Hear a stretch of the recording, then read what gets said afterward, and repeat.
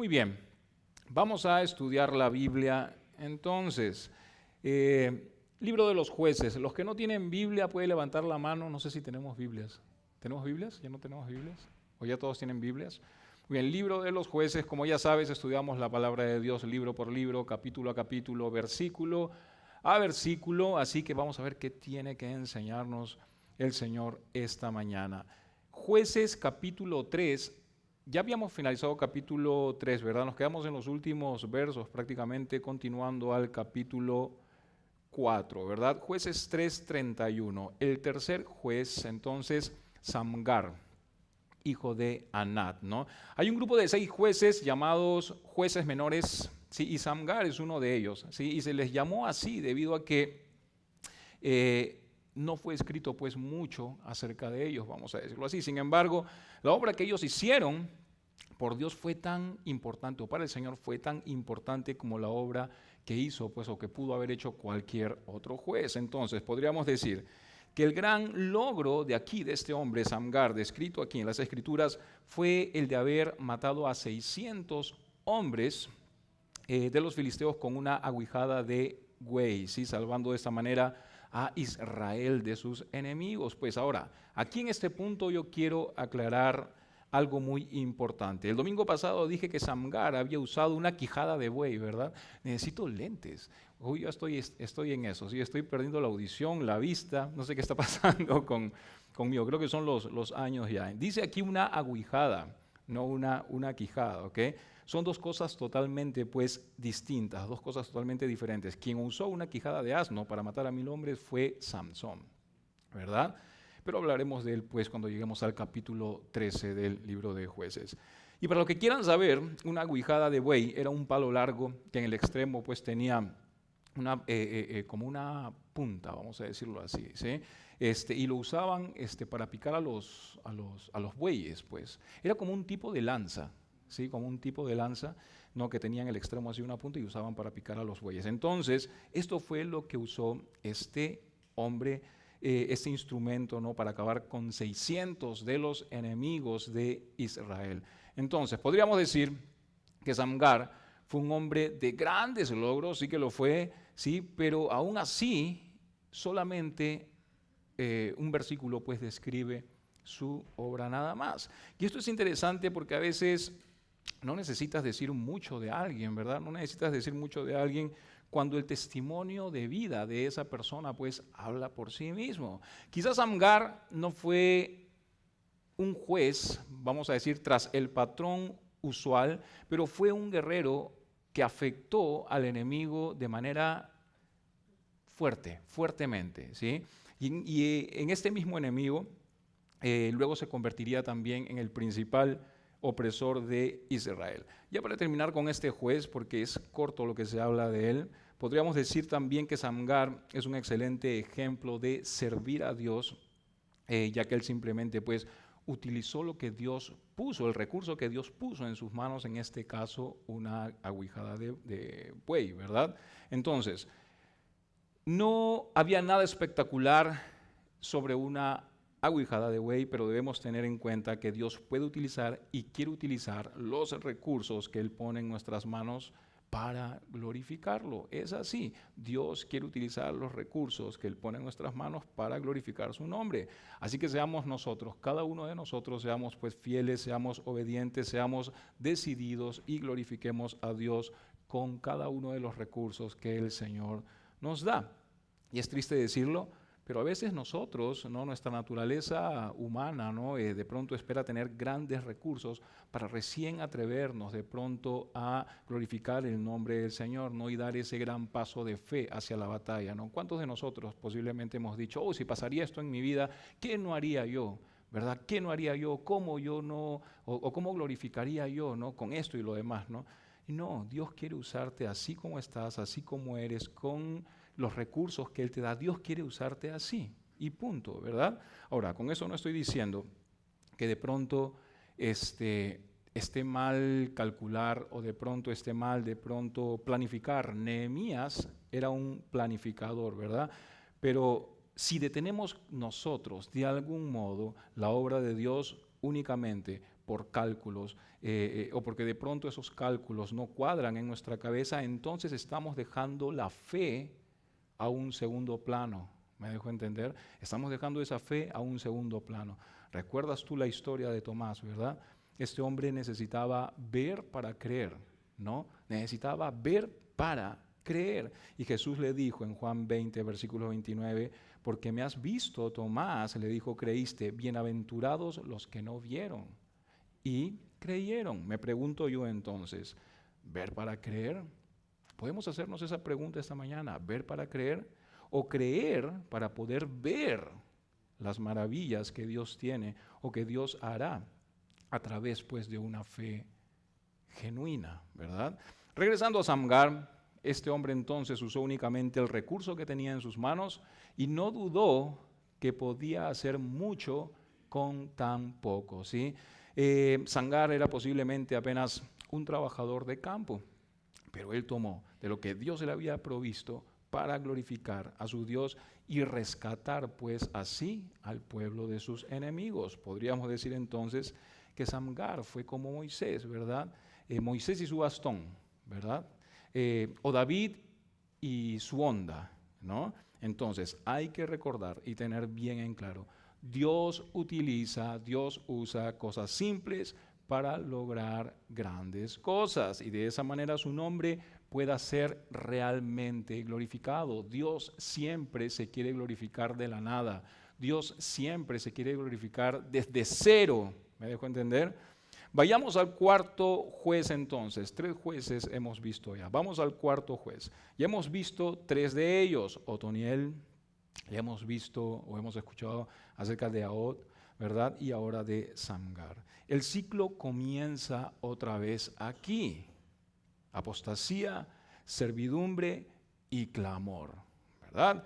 Jueces 4, versículos 1 al 3, dice, después de la muerte de Ahod, los hijos de Israel volvieron a hacer lo malo, dice, volvieron a hacer lo malo ante los ojos de Jehová, y Jehová los vendió en mano de Jabín, rey de Canaán, el cual, dice, reinó en Azor, y el capitán de su ejército, dice, se llamaba Sísara, el cual habitaba en Aroset Goim. Entonces los hijos de Israel clamaron, dice, clamaron a Jehová porque aquél tenía 900 carros errados y había oprimido con crueldad a los hijos de Israel, dice, por 20 largos años, ¿verdad? Entonces, después de la muerte de Ahod, los hijos de Israel volvieron a hacer lo malo ante los ojos de Jehová. Así que Dios los entregó en manos de Jabín, rey de Canaán, y fueron oprimidos por 20 largos años. Y algo que tenemos que saber aquí es que Dios amaba a Israel demasiado como para permitirles que se fueran por su propio camino, ¿sí? Le tomó a Israel 20 años de servidumbre antes de que una vez más ellos clamaran a Jehová. Me pregunto yo entonces, ¿puede acaso nuestra necedad llegar a ese punto? ¿Puede acaso nuestra necedad llegar a tanto? Me pregunto yo. Así que después de oír el clamor de Israel, Dios levanta a un nuevo y bastante peculiar juez en Israel. Su nombre era Débora. ¿Okay? Vamos a leer Jueces 4, versículos 4 al 5.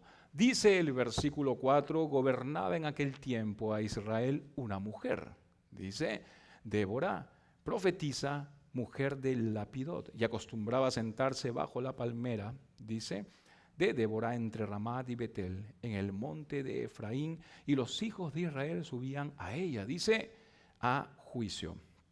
Algunos de pronto consideran inesperado que Dios levantara pues a una mujer como profetisa, pero el Nuevo Testamento pone en claro que Dios también dio a las mujeres el don de la profecía. Primera de Corintios 11, versículos 3 al 5, dice lo siguiente. Pero quiero que sepáis que Cristo es la cabeza de todo varón, y el varón es la cabeza de la mujer, y Dios la cabeza de Cristo. Todo varón que ora, dice, o profetiza con la cabeza cubierta, afrenta su cabeza, pero toda mujer que ora, dice, o profetiza con la cabeza descubierta, afrenta su cabeza, porque lo mismo es que si se hubiese rapado, dice aquí, ¿no? Entonces, algo que quiero dejar en claro, que cuando menciono aquí, y quiero que estés atento aquí, porque eso es un tema bastante, y hay temas aquí en este capítulo bastante de pronto controversiales para algunos. Sí, quiero dejar en claro que cuando menciono aquí el don de profecía no estoy hablando de nueva revelación, ¿ok? Tienes que saber que el don de profecía parece haber sido un don dado por Cristo para establecer la iglesia. Por esa razón, los profetas, escucha bien, los profetas fueron fundamentales para la iglesia. Eso lo puedes ver en Efesios 2:20. A veces el mensaje de un profeta, pues de pronto era revelador, ¿sí? Una nueva revelación y verdad de Dios. Sin embargo, escucha bien esto porque es importante, porque muchos son engañados hoy en día por esta situación. Sin embargo, tenemos que entender que en aquellos tiempos los cristianos primitivos no tenían la revelación completa. ¿Entiendes? No tenían la revelación completa y por esa razón muchos de ellos no tuvieron pues acceso a ninguno de los libros del Nuevo Testamento. Y fue por eso que Dios levantó profetas. Levantó profetas para suplir esa carencia y así proclamar su mensaje. Incluso el último libro del Nuevo Testamento, Apocalipsis, no fue completado sino hasta finales del primer siglo. La pregunta sería entonces, si existen en la actualidad verdaderos profetas. Es una pregunta que muchas veces he escuchado rondar por los aires. Entendamos este hecho de una manera bastante práctica, ¿sí? Si el propósito de un profeta era revelar la verdad de Dios, ¿por qué entonces necesitaríamos profetas hoy si ya tenemos la completa revelación de Dios en la Biblia? En otras palabras, los profetas fueron, escucha bien, el fundamento de la iglesia primitiva cuando el mensaje no era aún totalmente revelado. Pero hoy en día tenemos su completa revelación en todos los libros de la Biblia, ¿verdad? Desde Génesis hasta Apocalipsis. Así que hay que recordar, cuando una persona de pronto afirma estar profetizando de parte de Dios, lo que debería estar haciendo es únicamente exponer la palabra de Dios, lo que ya ha sido revelado y simplemente sostener esa verdad. Punto. Para que lo entiendan mejor. Aún lo que hago aquí yo cada domingo es profetizar. ¿Me dejo entender? Exponer lo que ya ha sido revelado. Entonces yo estoy profetizando. Así que en ese contexto podemos decir que el don de profecía sigue vigente, pero en este único contexto. ¿Entienden? Así que hay que tener cuidado con aquellos que dicen tener de pronto nuevas revelaciones sobre lo que ya está revelado por parte de Dios. Dios no puede contradecirse. Primera de Juan 4:1 nos dice, amados, no creáis a todo espíritu, sino probad, dice, los espíritus si son de Dios, porque muchos falsos, dice, falsos profetas han salido por el mundo. Así que si alguna vez escuchas algo que contradice la palabra de Dios o una nueva revelación que está fuera de lo que la palabra de Dios ya ha revelado y ha enseñado, deséchalo. Eso es lo que debes hacer. Regresando al tema. Allí estaba entonces Débora. Y una vez más, muchos temas de discusión que sacar, ¿verdad?, de esta servidora del Señor. No quiero confundirlos ni de pronto ahondar en este asunto, no esta mañana, pero uno de los temas, otro de los temas de pronto a discutir es el hecho de que las mujeres, o de que si las mujeres de pronto puedan pastorear la iglesia, ya que muchos usan pues el caso de Débora para sostener esa idea. Y hemos tocado y sustentado este tema con la palabra de Dios anteriormente, ¿sí? Solo puedo decirles que tenemos un Dios de orden y tanto los hombres como las mujeres tienen labores específicas dentro de la iglesia según la palabra de Dios. Y por esa razón nosotros, No tenemos pues pastoras en esta iglesia, pero sí contamos con un grupo de virtuosas y excelentes mujeres dedicadas a enseñar a otras mujeres y a los niños y a los jóvenes de nuestra iglesia. Ellas tienen la enorme tarea de preparar a nuestros niños el legado pues que esta iglesia dejará para futuro. Entonces es una responsabilidad enorme. Así que los varones de esta iglesia tenemos que tener muy en claro cuál es el valor de la mujer ante los ojos de Dios, y debería serlo también ante nuestros ojos, ¿verdad? Primera de Pedro 3:7, vosotros maridos igualmente vivid, dice, con ella sabiamente dando honor, dice, a la mujer como a vaso más frágil y como a coherederas de la gracia de la vida, para que vuestras oraciones, dice, no tengan estorbo. Entonces, la mujer es llamada aquí coheredera, ¿verdad? Coheredera. Quizá muchos digan, ya ves, ahí está. Ahí está, la mujer siempre en segundo plano. ¿Por qué no heredera? ¿Por qué coheredera? Pues para los que se hacen de pronto este cuestionamiento, tienen que saber que la palabra coheredero es básicamente la misma palabra, ¿verdad? ¿Qué heredero? Una vez más, simplemente una cuestión de orden. Tenemos todos nosotros un Dios de orden. Regresando a Débora, gobernaba en aquel tiempo a Israel, ¿sí? Y muchos consideran de pronto inesperado que Dios levantara, o consideraban inesperado que Dios levantara a una mujer para ser juez, ¿sí? No era una situación regular de ver, ¿sí? Era un shafat, era una líder, ¿cómo se dice? Un líder heroico para Israel, ¿sí?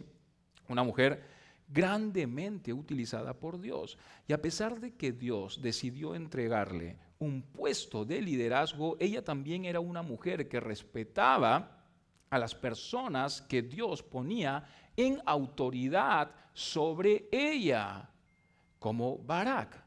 Entendamos que el asunto, desde la perspectiva del Nuevo Testamento, no es si las mujeres pueden ser utilizadas de pronto de una gran manera por Dios.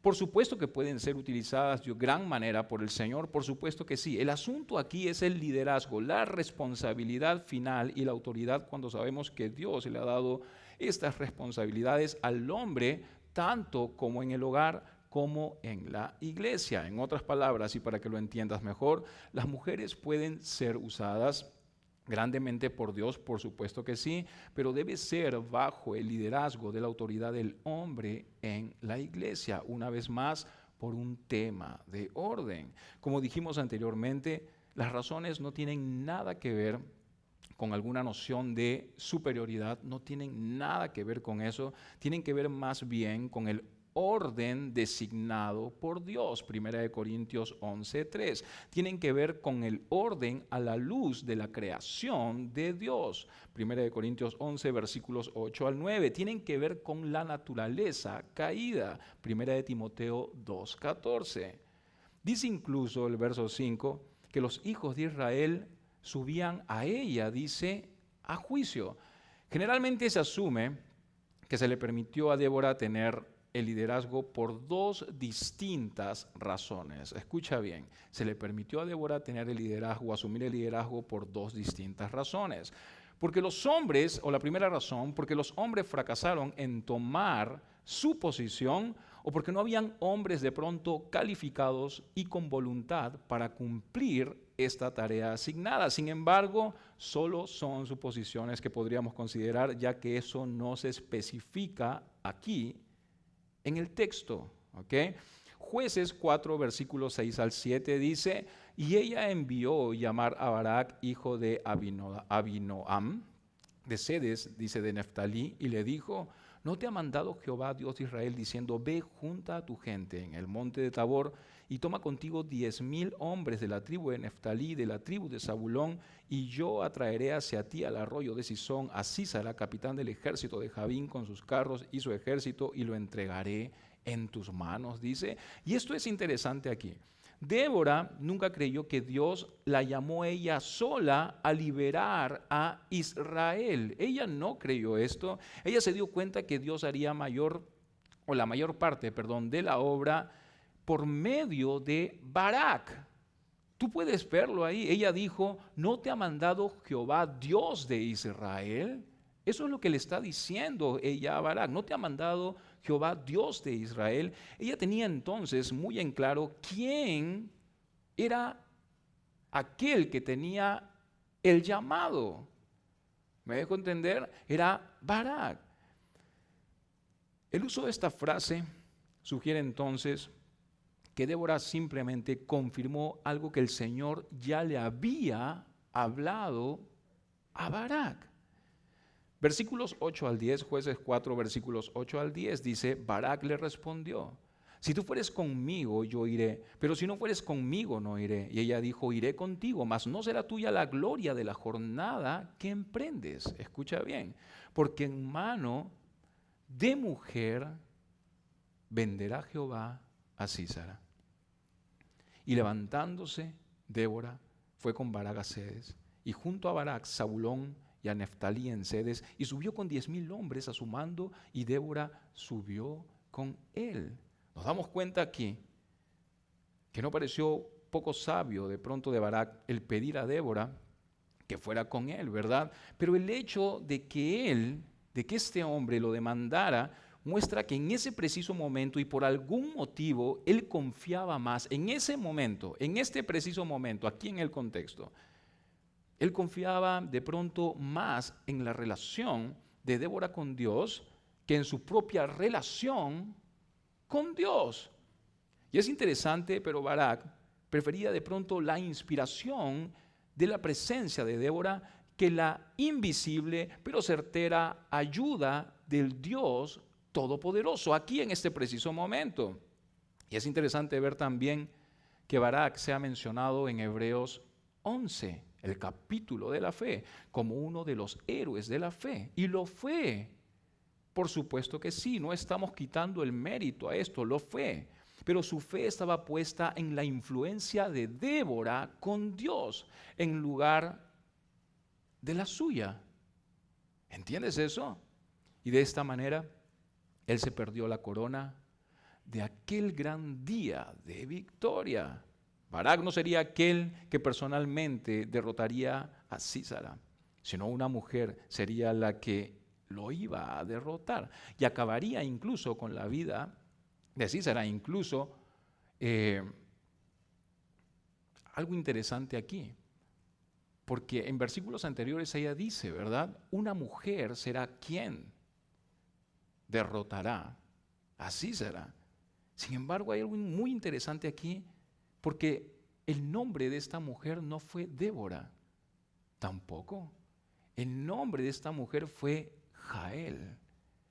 Y ya lo vamos a entender un poquito más adelante. Entonces, Barak subió con 10,000 hombres a su mando, y sin embargo, a pesar de todo, Barak y todos los que fueron con él mostraron pues un verdadero valor y confianza en Dios para subir en contra de Sísara y su ejército.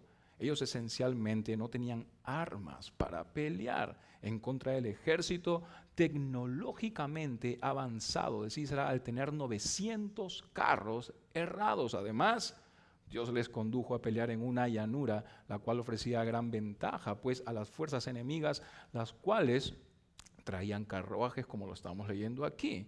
Jueces 4, versículos 11 al 13. Y Eber-Seneo, dice, de los hijos de Joab, suegro de Moisés, se había apartado de los eneos y había plantado, dice, sus tiendas en el valle de Sanaim, que está junto a Cedes.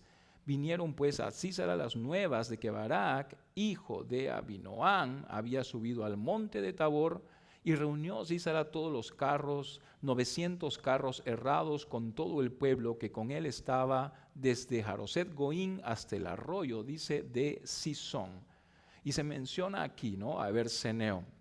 Ese era descendiente distante de Israel, sí, por medio de Yetro, el sacerdote de Madián, sí, el suegro de Moisés. Dice el verso 13 que reunió Sísara todos sus carros, 900, dice, carros errados fue lo que él reunió. Esta era una tecnología militar sofisticada e impresionante pues en aquel momento. Así que los ejércitos de Israel, bajo la dirección de Barak y de Débora, estaban con gran desventaja humanamente hablando, ¿verdad? Versículos 14 al 16 de Jueces 4 dice: entonces Débora dijo a Barak: levántate, porque este es el día en que Jehová ha entregado a Sísara en tus manos. ¿No ha salido Jehová delante de ti? Dice. Y Barak descendió del monte de Tabor y 10,000 hombres en pos de él. Y Jehová, dice, quebrantó a Sísara, a todos sus carros y a todo su ejército a filo de espada delante de Barak. Y Sísara descendió del carro y huyó a pie. Mas Barak siguió los carros y el ejército hasta Jaroset Goín. Y todo el ejército de Sísara cayó a filo de espada hasta no quedar ni uno, dice. Y cuando la Biblia dice ni uno, es porque no quedó ni uno. Estamos viendo aquí entonces un maravilloso acto de fe por parte de Barak, quien se movió a un campo de batalla en donde su ejército estaba en una gran desventaja frente a los carros, pues, del enemigo. Él ni siquiera utilizó o usó la ventaja de la colina donde él quizás estuviera o de pronto estuviese fuera del alcance de los carros errados, sino que marchó valientemente hacia el valle para darle a Sísara la oportunidad de utilizar todos sus caballos y todos sus carros para que la victoria fuese realmente gloriosa, para que la victoria fuese realmente maravillosa. Así que debido a la gran confianza de Barak hacia Dios, así como la confianza de sus ejércitos o la confianza que su gente del ejército tenían hacia el Señor, Dios les concedió una gran victoria, a pesar de que humanamente hablando no debería haber sido así, ¿verdad? El verso 14, en el verso 14 aquí, observamos que Débora hizo una pregunta importante a Barak. Quizá fue esa pregunta la que de pronto de algún modo le hizo recuperar el valor y la confianza a este hombre, el cual por alguna razón y en algún momento parecía pues de pronto por alguna circunstancia haber perdido. Débora le dice: ¿no ha salido Jehová delante de ti? Y a veces nosotros nos olvidamos de ello, ¿verdad? De que Jehová está peleando delante de nosotros. Le está diciendo aquí: ¿no ha salido Jehová delante de ti? Y esta fue una frase que habla o que vendría de pronto de un rey o de un general que dirige a sus tropas. Por lo tanto, Débora tuvo un gran rol aquí en esta victoria. Ella era una alentadora importante. ¿Me dejó entender? Edificando pues la fe de Barak y la fe de los hombres de Barak. Ella estaba convencida de que Dios, como rey, iría delante de su pueblo hacia la batalla. Así que digo yo, y mientras estaba preparando este estudio me lo decía en el corazón: qué bendecidos somos los hombres que tenemos a una Débora en casa. Realmente. Versículos 17 al 22.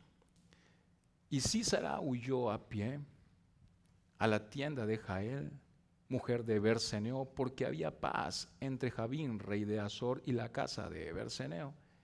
Y saliendo Jael a recibir a Sísara, le dijo: ven, señor mío, ven a mí, no tengas temor. Y él vino a ella a la tienda, y ella le cubrió con una manta, y él le dijo: te ruego, me des de beber un poco de agua, pues tengo sed. Y ella abrió un odre de leche, dice, y le dio de beber. ¿Por qué le dio leche y no le dio agua? No estoy seguro de eso. No lo sé. Estaba compartiendo con mi esposa acerca de este acontecimiento y ella me decía que había escuchado por ahí, ¿no? En algún momento, en algún comentario, comentaristas que hablan acerca de esto, que posiblemente la leche que venía en los odres, que venía sellada en los odres, a veces se fermentaba y permitía que aquella persona que tomara la leche, como le dé como un sueño, se emborrache un poco, ¿verdad? Mientras que yo estaba pensando, a veces la leche se le da a los niños y cuando toman leche se quedan calmados, no lo sé. Pueden ser muchas cosas, ¿verdad? Pero es interesante esto. Dice, y ella abrió un odre de leche y le dio de beber, dice, y le volvió a cubrir. Y él le dijo, estate a la puerta de la tienda, y si alguien viniere y te preguntare diciendo, ¿hay aquí alguno? Tú responderás que no. Pero Jael, mujer de Heber, tomó una estaca de la tienda y poniendo un mazo en su mano, se le acercó calladamente y le metió la estaca por las sienes y la enclavó en la tierra, dice. Imagínate la fuerza de eso. Pues él estaba cargado de sueño y cansado, y así murió. Y siguiendo Barak, a Sisara, Jael salió a recibirlo y le dijo, ven y te mostraré al varón que tú buscas. Y él entró donde ella estaba, y aquí Sisara yacía muerto con la estaca por la sien. Clavado en la tierra, imagínate. ¡Wow! Estas mujeres aquí me dejan sin palabras, ¿verdad? Aquí el relato da un giro inesperado. Dios prometió que una mujer derrotaría a Sísara, o a Sisara, ¿verdad? Versículo 9 recuerda. Ella dijo, iré contigo, mas no será, aquí Débora, iré contigo, mas no será tuya la gloria de la jornada que emprendes, porque en mano de mujer, dice, venderá Jehová a Sísara. Y levantándose Débora fue con Barak a Cedes. Interesante todo esto, ¿no? Asumiríamos lógicamente que esta mujer sería Débora, pero Dios tenía algo más en mente aquí. Él utilizó en lugar a la esposa de un ceneo para conseguir el fin de Sísara. Le da muerte atravesándole una estaca entre las sienes. El detalle sangriento de este asunto apoya la idea entonces de que Jael sabía cómo utilizar una estaca, ¿verdad? Pues era costumbre de las mujeres en aquel tiempo instalar las tiendas. Así que práctica Jael tenía. Interesante, ¿no? Dice aquí que ella golpeó la estaca tan fuerte que la enclavó en la tierra. Jael quebrantó aquí un principio fundamental, ¿sí? Recuerda que Sísara no tenía enfrentamientos con la gente de este lugar. Así que Jael quebrantó su promesa a Sísara y mató a un hombre, el cual su propio marido posiblemente había hecho paz con él. Sin embargo, Dios utilizó aún la traición de ella para cumplir su propósito, lo que nos hace ver, pues, que nada se escapa de las manos de Dios. Dios aún puede utilizar la maldad del hombre para servir sus propios propósitos. Sin embargo, y no quiero que malinterpretes esto, eso jamás va a disminuir la responsabilidad personal de aquella persona que hace el mal. ¿Okay? Por ejemplo, la traición de Judas hacia Jesús, ¿verdad? Sirvió en el propósito eterno de Dios, pero él, Judas, aún respondió por esa acción malvada, y fue así.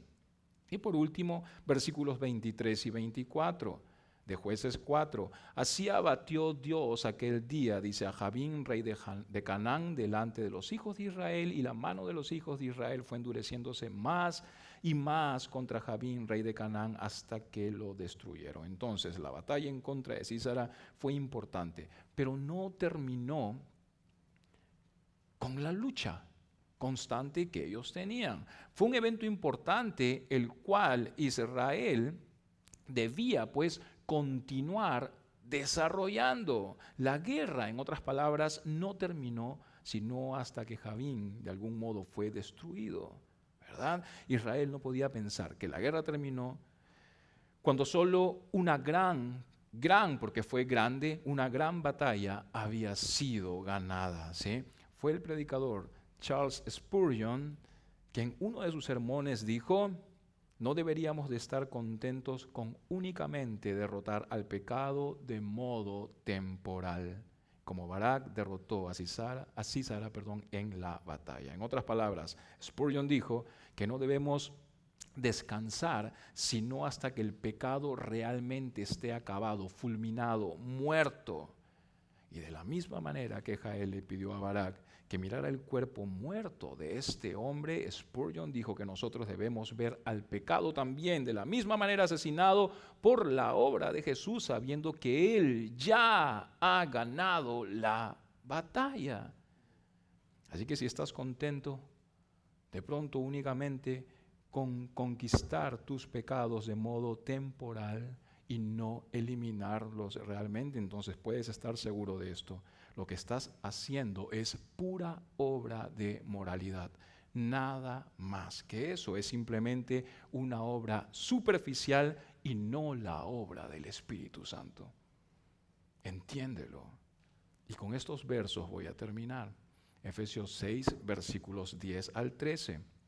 Por lo demás, hermanos míos, fortaleceos en el Señor y en el poder de su fuerza, vestidos de toda la armadura de Dios, para que podáis estar firme contra las acechanzas del diablo, porque no tenemos lucha contra carne y sangre, sino contra principados, contra potestades, contra gobernadores de las tinieblas de este siglo, contra huestes espirituales de maldad en las regiones celestes. Por tanto, tomad toda la armadura de Dios para que podáis resistir en el día malo y habiendo acabado todo. Exacto. Pasé una etapa tan fuerte que ahora me voy de vacaciones. No. Dice aquí estar firmes. Estar firmes. ¿Cómo estamos nosotros en batalla? Me pregunto yo. Entonces, interesante, ¿verdad? Lo que nos muestra este capítulo, ¿verdad? Con esta mujer, cómo Dios usa. Yo creo que la palabra de Dios es muy clara. A veces nosotros nos hacemos confusiones de la nada, ¿verdad? Aquí la palabra de Dios está muy clara. ¿Y cómo fue el proceso de esos instrumentos, no grandes instrumentos de Dios? Débora, Barak, Jael. Cómo Dios los usó, cómo Dios tiene un orden en todas las cosas, ¿verdad? Es tan importante reconocer ello también. La palabra de Dios es increíble. Es lo mejor que podemos tener, el mejor regalo que Dios de algún modo ha podido dejarnos en las manos para poder conocerle, para poder seguirle. Así que yo quiero animarte a que sigas buscando la palabra de Dios, a que le pidas en oración a Dios, dame hambre de tu palabra. Recuerda lo que dice la palabra de Dios en sus Salmos 1, ¿verdad? La palabra de Dios tiene que ser nuestra delicia. Así que ven a buscarla. Y no solamente ven a buscarla aquí a la iglesia. Recuerda que la iglesia tiene que ser parte de tu estilo de vida. Es importante y es algo que debemos de proponer en nuestro corazón. Recuerda también buscarla donde estés tú. ¿Ok? Entonces, ¿qué te ha hablado Dios esta mañana? A mí me ha hablado muchísimas cosas, espero que a ti también. Vamos a orar y vamos a dejarlo aquí. Señor, te damos gracias, Dios mío, una vez más por tu palabra, Señor. Gracias, Señor, porque nos habla siempre, Señor, y tu Espíritu Santo, Dios mío, hace su obra en cada uno de nosotros. Te queremos pedir, Señor, si es que nos hablaste hoy, esta mañana, Señor, te quiero pedir, Señor, y yo estoy seguro que sí, porque tu palabra nunca llega vacía. Te quiero pedir, Dios mío, que consideremos cada una de las cosas que nos dijiste hoy y que estemos listos y dispuestos para poner por obra, Señor, cada una de ellas. Seamos obedientes, decididos, Dios mío. Gracias por cada uno de mis hermanos que están aquí presentes, Señor, por los que no están, Señor. Te pido que los guardes, que los cubras, Señor, los protejas, Señor, los bendigas, Dios mío, y podamos verlos pronto aquí en tu casa. En tu nombre, Cristo Jesús, y para tu gloria. Amén.